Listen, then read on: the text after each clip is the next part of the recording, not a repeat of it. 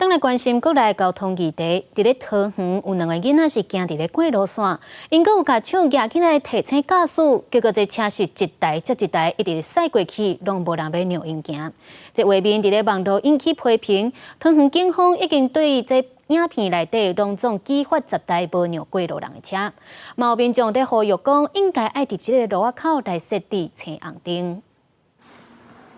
2名小学生行伫绑北线，照教科书教的，举手提起车辆要过大路，想袂到对方的车辆一台接一台无人停让，2人后来放弃过大路，退回路边，引起网友批评。对此，警方也要采取定法。我们这样过是都还 OK， 可是有的时候可能小朋友在上下班时间真的不好过了，就上下班时间车子特别多。对，车速看到你，他已经。可是有时候来不及下车了，建立中装了个红绿灯了。这个代志发生在桃园区龙安街一个路口，这个路段是伫2个路口红路灯之间。附近民众认为有时阵车速伤紧，时速风惹到袂负大档啊，拢建议装行人触动号志，方便行人过大路。